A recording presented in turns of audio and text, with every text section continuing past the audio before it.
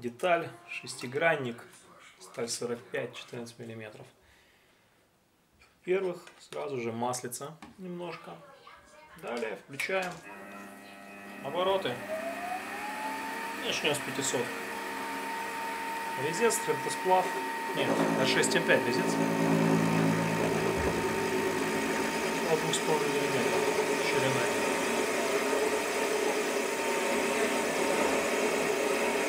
Если какая-нибудь фигня начинается, типа дробления, уменьшаем обороты. Потому что с этой сталью она какая-то специфическая.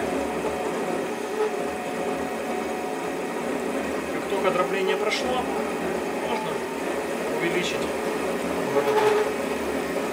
Надо постоянно подавать, иначе должна быть постоянная при отрезке.